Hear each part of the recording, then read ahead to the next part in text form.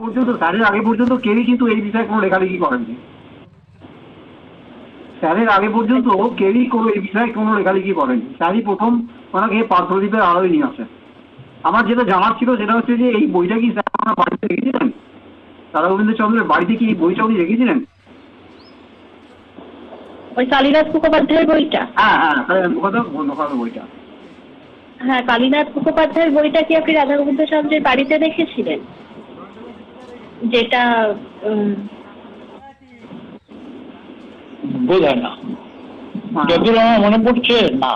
পরে আমি রাধা গোবিন্দকে জানতে গিয়ে ওই কালীনাথ বাবু সম্পর্কে, তারপরে আরো কিছু কিছু লোক সম্বন্ধে, ওনার গ্রামের মানে যশোরের যেখানে সেখানকার জমিদার ইত্যাদি আরো কিছু কিছু গুলো আমাকে তখন জানতে হয়েছিল। আমার যতদূর মনে পড়ছে, যদি আমার মানে স্মরণ শক্তি ঠিক থাকে, এমনি তো বহুকাল আগের কথা, বুঝতে পারছেন, তখন ওইগুলো আমাকে জানতে হয়েছিল। কারণ আমি তো কোনো পরিকল্পিত ভাবে ওইভাবে করিনি, ওই যা যখন যা জানার প্রয়োজন হয়েছে তখন চেষ্টা করেছি এবং কিছুটা যা জানতে পেরেছি সেইভাবে।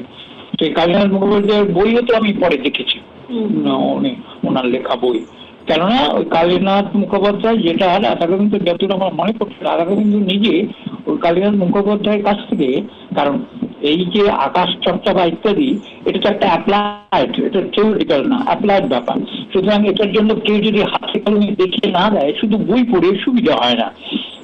সেইটি উনি রাধা গোবিন্দ ওই কালীনাথ মুখোপাধ্যায়ের কাছ থেকে বোধ হয়, আমার যতদূর মনে পড়ছে, উনি প্রথম ওনার লেখাতে পেয়েছেন বা জানতে পেরেছেন, এবং তারপরে তো নিজে থেকে অনেক আস্তে আস্তে করতে লাগলেন। এবং এই তো বোধ এই প্রশ্নটার ব্যাপারটাই।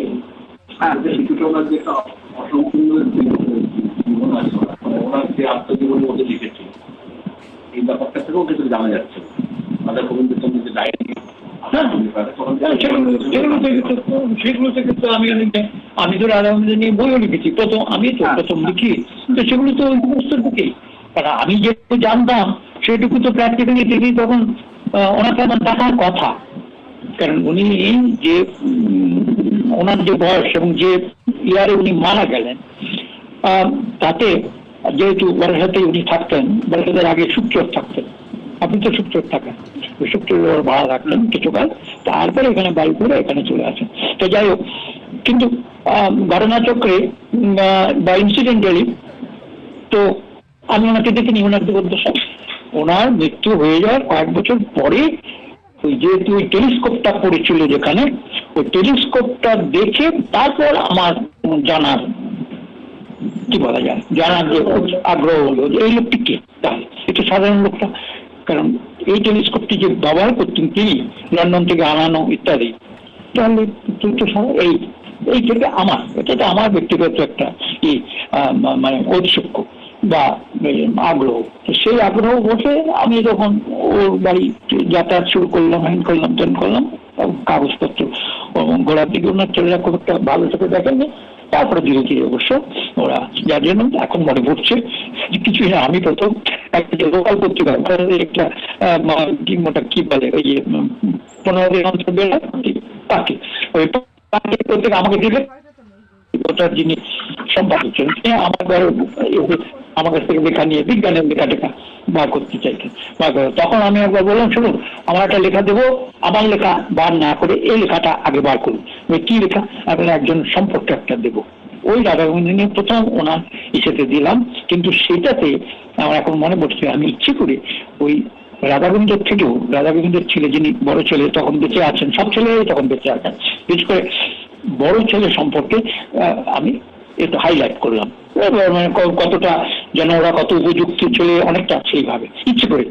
কারণ আমি তখন ওইটুকু বুঝেছিলাম, ওইটুকু দুষ্টবুদ্ধি তখন এসেছিল যে রাধা গোবিন্দের সঙ্গে জানতে গেলে ওই ছেলেদের আগে খুশি করতে হবে, নয়তো আমি কিছু পারবো না।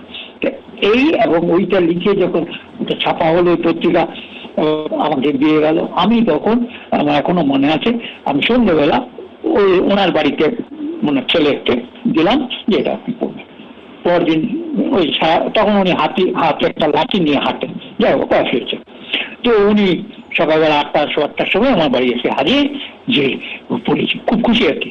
আমি বললাম কিছুটা কাজ হয়েছে, ওই ওই ওনাদের খুশি করে ধীরে ধীরে তারপর ওনার বাবা সম্বন্ধে। কিন্তু মানে ধন্যবাদ তারা এমনিতে ওরা নিজেরাই বলতেন, বড় ছেলে নিজেই বলতেন যে আমরা বাবার কুকুর, এবং এই কারণ আমরা কিছুই না, সবের কেউ ডিলার, কেউ সাইকেল মেকানিক, এই ধরনের ছেলে। কিন্তু আমি সেইভাবে মনে না যাই করুন না কেন, আমি ওদের সাধুবাদ দেব যে ওরা বাবার কাগজপত্রগুলোকে নষ্ট করেননি, বরঞ্চ যত্ন সহকারে রেখেছিলেন।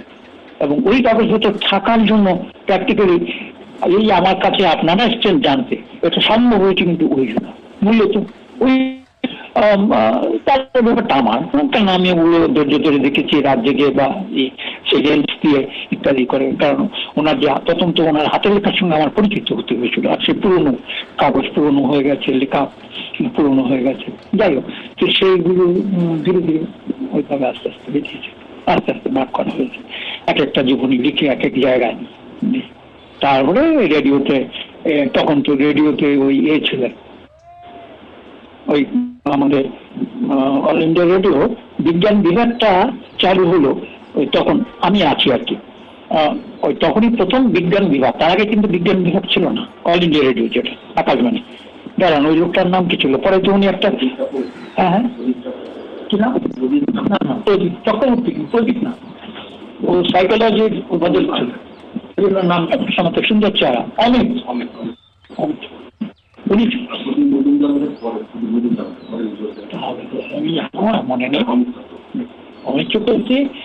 আর ওই টিভিতে ছিলেন তখন, টিভিতে অনেকেই ছিলেন, তার ভিতরে কিসেন প্রথম বিজ্ঞানের ব্যাপারটা বলে যাই, তো সেটা বহুত পুরোনো কথা। কিন্তু এই রাধা গোবিন্দ নিয়ে ব্যাপারটা হচ্ছে আর কিছু না, ওই তারপরে আমি নানাভাবে আমার তখন এটা ছিল আর কিছু না, আমার কাছে তখন ব্যাপারটা ছিল আমরা ফ্যারাডেকে জানি, ডারউইনকে জানি, আমরা মানে এই অবস্থা থেকে চলে বেড়াতে।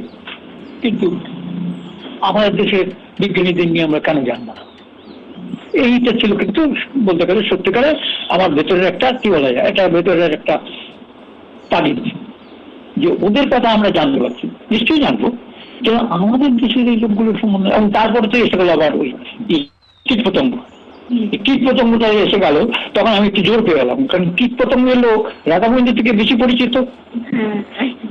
আর একটা জিনিস ছিল, সেটাও এখানে আমার খুব,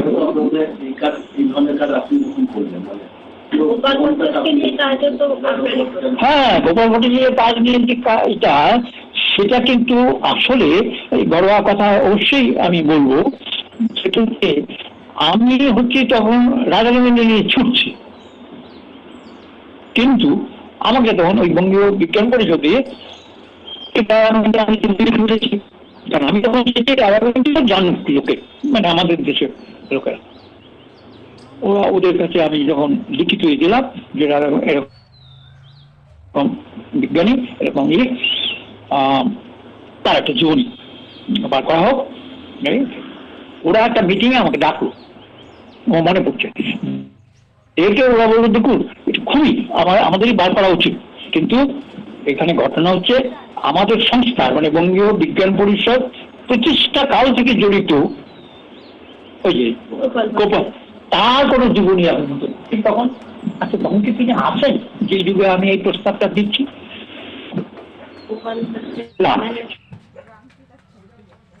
সবই বোধ হয় গোপাল ভট্টাচার্য মারা গেছে, একটা হবে যদিও মনে হয় 8-এর দশকে গোড়ায় গোপাল ভট্টাচার্য মারা গেলেন, যদিও মনে একটা আমার এখন খেয়াল হচ্ছে না। হ্যাঁ তার আগে থেকে আমি অবশ্য রাধা গোবিন্দ নিয়ে এটা করছি। তো যাই হোক, ওরা তখন আমাকে বললো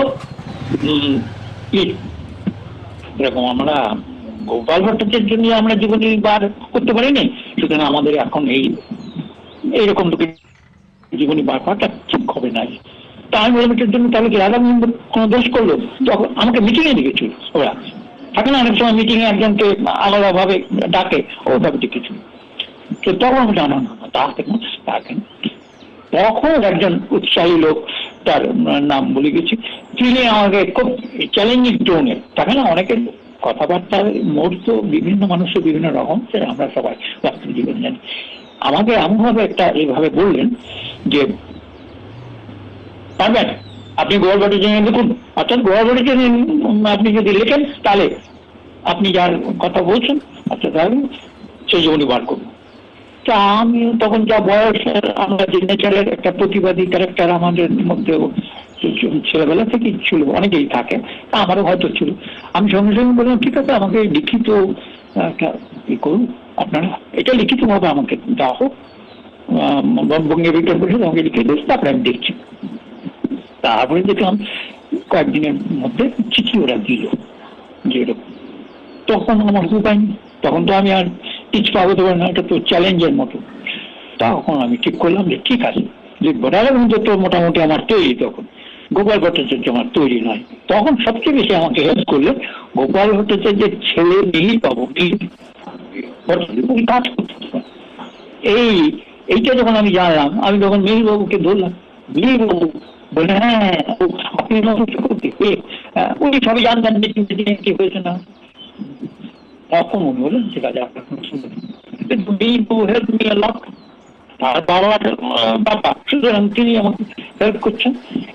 উনি ব্যাপারে মেয়েবাবু শুধু গোপালবাবুকে নন, তাই শুধু ওনার বাবা সম্বন্ধে উনি করবেন, এটা স্বাভাবিক। এই আমাদের কি বলে এই যে আমরা যা সম্বন্ধ বলছি রাধাগোবিন্দ নিয়েও উনি যখন আমার সঙ্গে পরিচিত হলেন বুঝলেন, এবং আমার রাধাগোবিন্দ নিয়েও হি হেল্প মি আ লট। ওই রাধাগোবিন্দকে তারপর তো বঙ্গীয় বিজ্ঞান পরিষদ রাধাগোবিন্দ নিয়ে একটা অনুষ্ঠান করেছিল, সেটা আমি লিখিত ওদের দিয়েছিলাম, অনুষ্ঠান করেছিল। কিন্তু সেগুলোর পেছনে আমার এখন মনে পড়ছে মেয়েবাবুর একটা বড় ভূমিকা ছিল। সেটা হচ্ছে ব্যক্তিগতভাবে উনি আমাকে তেমন হেল্প করতে চাইলেন, আর সেই সঙ্গে তো বিজ্ঞানের ওদের একটা বড় কাজই তো হচ্ছে বিজ্ঞানকে সাধারণ লোকের ওই জানানো ওই কাজ। কিন্তু মেয়েবাবু এখানে খুব একটা বড় এই ব্যাপারে আমার। তা যাই হোক ওই ওরা তারপর ই করলো, মিটিং করলো, আমি করলো, এবং বই কিন্তু বইটা বার করলো না। কেন?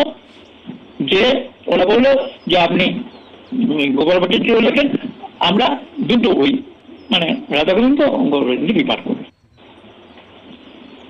দুটি তো ওরা দিয়েছিল। তো আমার তো রাধাগোবিন্দ তৈরি ছিল, গোপালবাবুর সম্বন্ধে আমি খুব খেটেছিলাম, বলতে পারা নেই এটা আপনার এমনি বলছে। অর্থাৎ গোপাল ভট্টাচার্যের বড় ছেলে বীরবাবুই আমাকে ওই পয়েন্টস গুলো দিয়েছিল। তখন বড় ছেলে তিনি থাকতেন, তখন ওই বজবজ লাইনের সন্তোষপুর বলে একটা স্টেশন আছে, ওই সন্তোষপুর থাকতেন। সেই লোককে একাধিক দিন আমাকে যেতে হলো, মানে গোপাল ভট্টাচার্যের সম্বন্ধে জানার ব্যাপারে। কারণ তখন তো আর কোনো অন্য বই বেরোয়নি। এক হচ্ছে বঙ্গীয় বিজ্ঞান পরিষদের লেখালেখা থেকে যতটা বা তার মৃত্যুর পর যতটা ওরা বার্তা করেছিল, এই ছাড়া তো লিখিত তার সম্বন্ধে আর শোনা বাকিটা।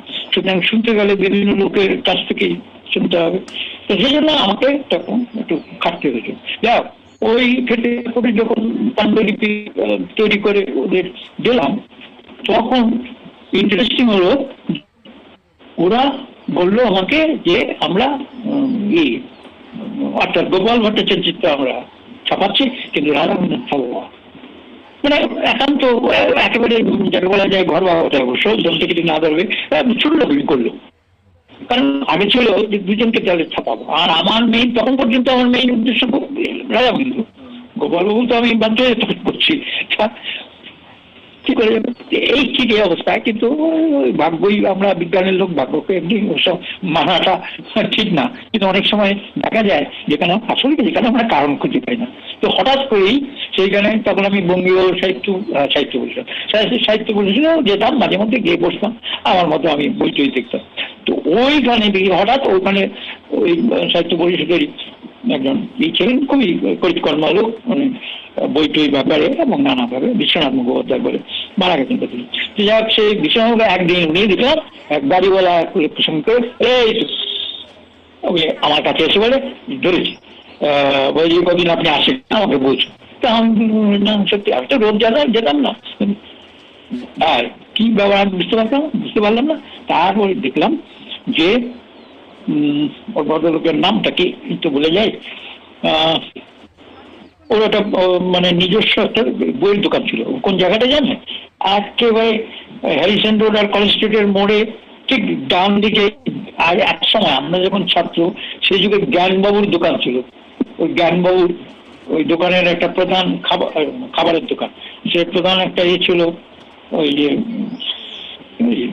নাম ভুলে যায়, একটা খাবারের আইটেমের একটা নাম ছিল, ওটার জন্য খুব বিখ্যাত ছিল, তো ভুলে গেছি সে নামটা ভুলে গেছি। যাই হোক, ওইখানে খুব ভালো পজিশনে ওনার দোকান ছিল, বইয়ের দোকান, সেই ভদ্রলোকের। না না, নামটা মনে পড়ছে, দিব্যেন্দু দিব্যেন্দু দিব্যেন্দু দিয়ে নাম, দিব্যেন্দু কি ছিল ওর নামটা লেখা, তাহলে দেখতে হয় বই। তো তিনি এই করলেন, তিনি আসলে রাধা গোবিন্দর সম্বন্ধে যা বেরিয়েছে টুকটাক আমারই লেখা, রাধা গোবিন্দের একজন বলা যেতে পারে এই ফ্যান। এবং উনি যখন ওইটা জানলেন যে আমি রাধা গোবিন্দ নিয়ে এই সমস্ত করেছি, সুতরাং তিনি তখন আমারও ফ্যান হয়ে গেলেন আর কি। এই হিসেবে উনি আমাকে সেভাবে করতে লাগলেন যে বই আমি কেন বললাম যে দেখুন এরকম ব্যাপার, বঙ্গীয় বিজ্ঞান পরিষদ আমার সঙ্গে এরকম করলো, এটা তো আপনি ম্যানেজস্ক্রিপ্ট নিয়ে আসুন, আমাকে ম্যানেজস্ক্রিপ্ট দেবেন। তা আমি আমার ব্যাগে ম্যানেজস্ক্রিপ্ট করানো চাকরি ছিল, তা আমি বললাম যে আপনি ম্যানেজস্ক্রিপ্ট যদি চান এখনই আপনাকে দিতে পারি। কিছু না, আমার এখনো মনে আছে, এটা এইরকম বর্ষাকাল, জুন জুলাই মাসে বৃষ্টি পড়ছে, তার ভিতরে তখনই ওখানে ওনার ঘরে বসে চা খাইয়ে আমাকে নিয়ে বেরোলেন, একটা প্রেসে ছাপাতে দিলেন বই। মানে আসলে ওনার কাছে লিখেছিল যেটা, সেটা হচ্ছে আমার কাছে যা মনে হয়েছিল যে দেখো এইরকম লোক, মানে আমাকে উনি ধরেছেন তখন একটা সিনসিয়ার এবং একটা এরকম রাধা গোবিন্দর মতো, রাধা গোবিন্দের যা জীবনী জীবনী টুকটাক বুঝেছে যে কোনো লোকে তারা এই যে বাবাই লোক, এরকম গ্রামের লোক এইভাবে অথচ তারা আমরা জানি একটা আফসোস হবে। সেই রকম একটা লোককে যিনি তুলেছেন অর্থাৎ আমি, সেজন্য আমার যা মনে হয়েছে এটা খুব একটা ভুল যে আমার সম্বন্ধে ওনার একটা সেরকম গুড ইমপ্রেশন, এবং সেই ইমপ্রেশন বেসিসে সঙ্গে সঙ্গে আর বেরিং না করে আমাকে নিয়ে গিয়ে ম্যানেজমেন্ট নিয়ে গিয়ে এক প্রেসকে দিয়ে দিলেন। হ্যাঁ, এখন আমি যেহেতু তখন অবাক হচ্ছি যে ওটা এত কি করছে, অথচ পরিচয় ব্যাকগ্রাউন্ড কিছু না, কারণ ওনার কিছু জানি না। আমি যখন ইচ্ছে করি, আবার ইচ্ছে করে মানে কি সেটা তখন হঠাৎ মনে হলো, তার